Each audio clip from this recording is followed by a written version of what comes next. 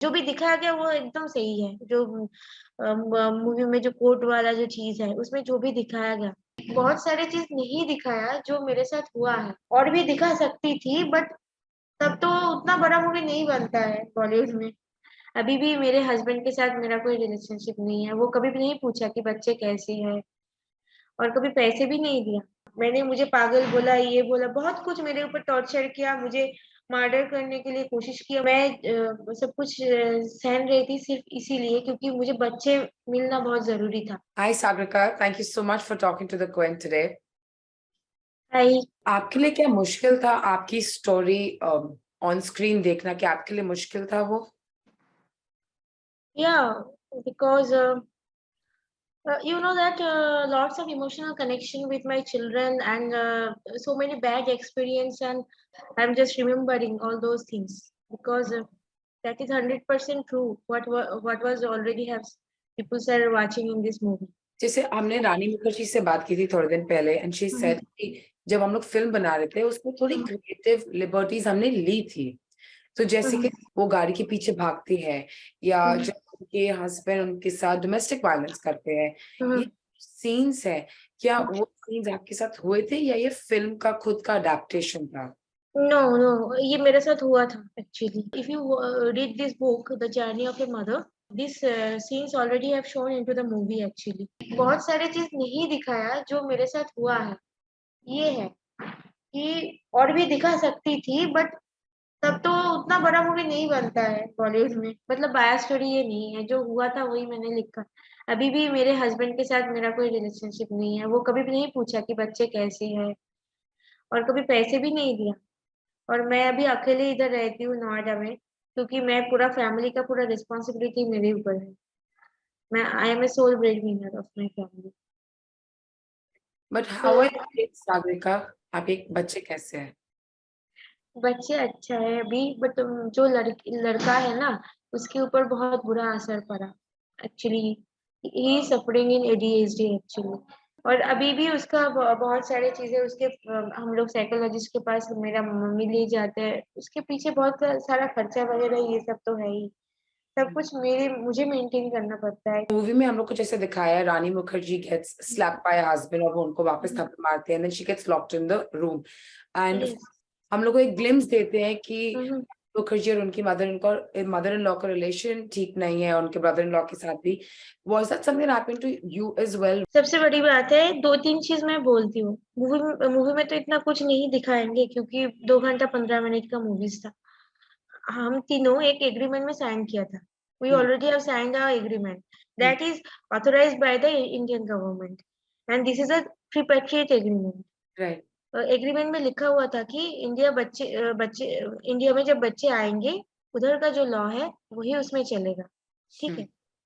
उस दिन कुछ दिन बाद एनवॉय आया था बच्चे को लेने के लिए, और the India government already have discuss with the Norwegian child welfare agency that the foster parents will be my parents. So so after that, uh, my husband and his family blackmailed me several times that I will approach to India government being a foster parents as a my brother-in-law. Okay, so I'm not willing to do that, and that's why uh, my husband and is already have approached to the child welfare chairperson, Mr. Guna Dawson, that the primary caretaker will be uh, his brother actually. So यही करके उन्होंने मुझे बार बार मतलब blackmail कर रहा था कि if I am not willing, if I am not agreeing with that, so they never he does not want, he and his family does not want the children will return back. He threatened me several times. सबसे बड़ा culprit है अरुणाभास। अनुरूप को तो दिखाया गया उसमें film में, दोनों मिलके दिखाया, बट एक्चुअली अनुरूप तो है ही, उससे भी बड़ा है अरुणाभास। एक बहुत खतरनाक मतलब बंदे हैं वो। ये दो भैया मिलके मुझे बहुत मेंटली और फिजिकली टॉर्चर किया, और जैसे कि मैं बोल रही हूँ कि इन्वॉय कैंसिल करने के लिए कोशिश किया। जो फिल्म में दिखाया गया वो सच है हम्म। कि फिल्म में दिखाया गया कि एक पैसा उसको बहुत ज्यादा मिला है चाइल्ड वेलफेयर की तरफ से। तो वो जो इलीगल एग्रीमेंट था उसमें वही चीज था कि बच्चे जब इंडिया में आएंगे, मतलब तब मैं कोई चाइल्ड वेलफेयर के पास जाऊँ, कोई कोर्ट में जाऊँ, कभी बच्चे मुझे नहीं मिलेंगे। क्योंकि चाइल्ड वेलफेयर यही करता है, फॉस्टर फैमिली जो होता है, हाँ, उसको मतलब बहुत ज्यादा पैसे मिलता है इसके पीछे।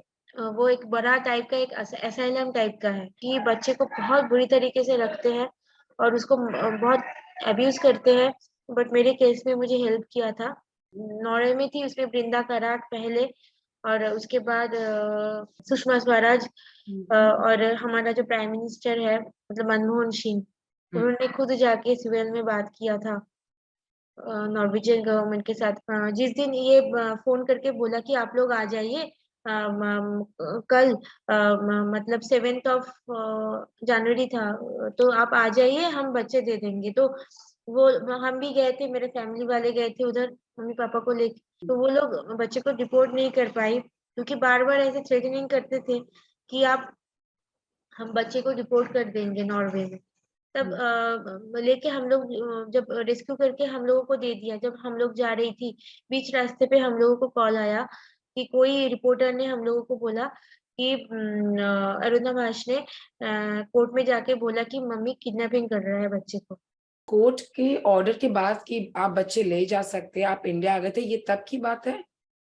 हाँ, ये इंडिया का बात है, जब इंडिया इंडिया में में। जब कोर्ट में ऑर्डर पास हो गया था कि आप बच्चों को लेकर जा सकते हैं, बच्चे आपके पास रह सकते हैं, या आप हाँ, बोल रहे हैं इसके बाद ये आपके साथ ना, हुआ? नहीं नहीं नहीं नहीं, जब अरुणा भाष जब देख रही थी कि चाइल्ड वेलफेयर कस्टडी नहीं दे पा रहा है, क्योंकि बार बार जब वो आ रहा है, बार बार मैंने लेने जा रही हूँ, वो कोई गुंडा देके उसको भगा रही है, ये सब मैंने बोला ना।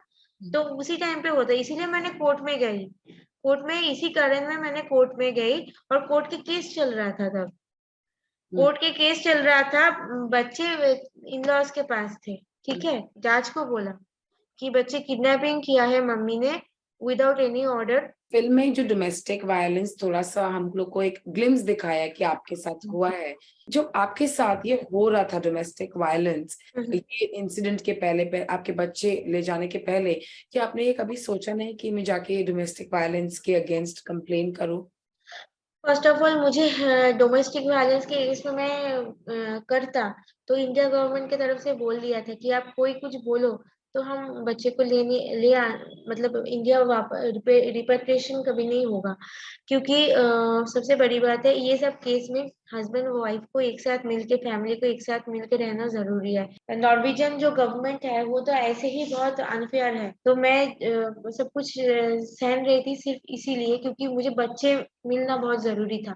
तो इसीलिए मैंने चुप रहा। मैंने मुझे पागल बोला, ये बोला, बहुत कुछ मेरे ऊपर टॉर्चर किया, मुझे मर्डर करने के लिए कोशिश किया। एक बार मैं सबके सामने ही ले आती, मुझे बच्चे पाना बहुत मुश्किल हो जाती। ये तो है। सबसे बड़ी बात है, देखिए मेरे साथ इतना कुछ खराब चीज हुआ, मैं बोल नहीं पाई, क्यों? क्योंकि उधर मैं अकेले हूँ। तो ये लोग ऐसे ही मुझे मुंह बंद करने के लिए कोशिश कर रहे हैं, और भी मेरे ऊपर टॉर्चर बढ़ जाएंगे, और बच्चे तो मुझे कभी नहीं मिलेंगे। तो मैं कहाँ, किसके पास जाऊं? तो ये मेरे कंट्री में होता तो वो लड़ना उतना डिफिकल्ट नहीं होता। जब दूसरे देशों में जाके दूसरे गवर्नमेंट के साथ आप लड़ रहे हो, और मैं वही बोलना चाहती हूँ, लड़की को इंडिपेंडेंट होना जरूरी है।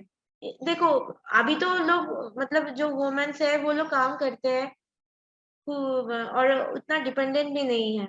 ये सिर्फ एक मतलब चाइल्ड वेलफेयर का तो घटना है ही, क्योंकि बच्चे ऐसे, अभी भी जो अरिया का जो केस है, तो उनका हस्बैंड बहुत सपोर्टिव है। अरिया का जो मतलब जो मदर है धारा, अ, उसका हस्बैंड बहुत सपोर्टिव है, उसका फैमिली वाले भी बहुत सपोर्टिव है। हाँ, उनके लिए थोड़ा मतलब तभी भी एक ही चीज उसका प्रॉब्लम है कि गवर्नमेंट उतना अभी उतना प्रेशर नहीं डाल रहा है। जब इंडिया में जब कोई जर्मन, इसीलिए मैंने चुप रहा। उनका जो कुछ सिटीजन्स वगैरह जब इंडिया में डिटेन हुआ था, तो वो लोग छोड़ दिए थे, मतलब इंडिया गवर्नमेंट छोड़ दिए थे बहुत जल्दी। तो जब हमारे देशों का कोई बंदे कोई फैमिली छोटे बच्चे उसका बाहर में मतलब डिटेन होके रहेंगे चाइल्ड वेलफेयर के मतलब एजेंसी के थ्रू। इंडिया गवर्नमेंट क्यों इतना देर हो रहा है, इतना देर कर रहा है? ये सब सुन के इतना सैड फील होता है। आपकी तो ये लाइफ की कहानी है और हमने स्क्रीन पे देखी और हम लोग को इतना सैड फील हुआ कि हम लोग भी देख नहीं पाए इतना। पर थैंक यू सो मच हमसे बात करने के लिए, and thank you so much for all the courage that you have and the battle that you fought. It's really at least एक खुशी है कि आपके बच्चे आपके साथ है अब। हाँ, बिल्कुल, बिल्कुल। Thank you so much Sagar for talking. Thank you. Thank you. Bye.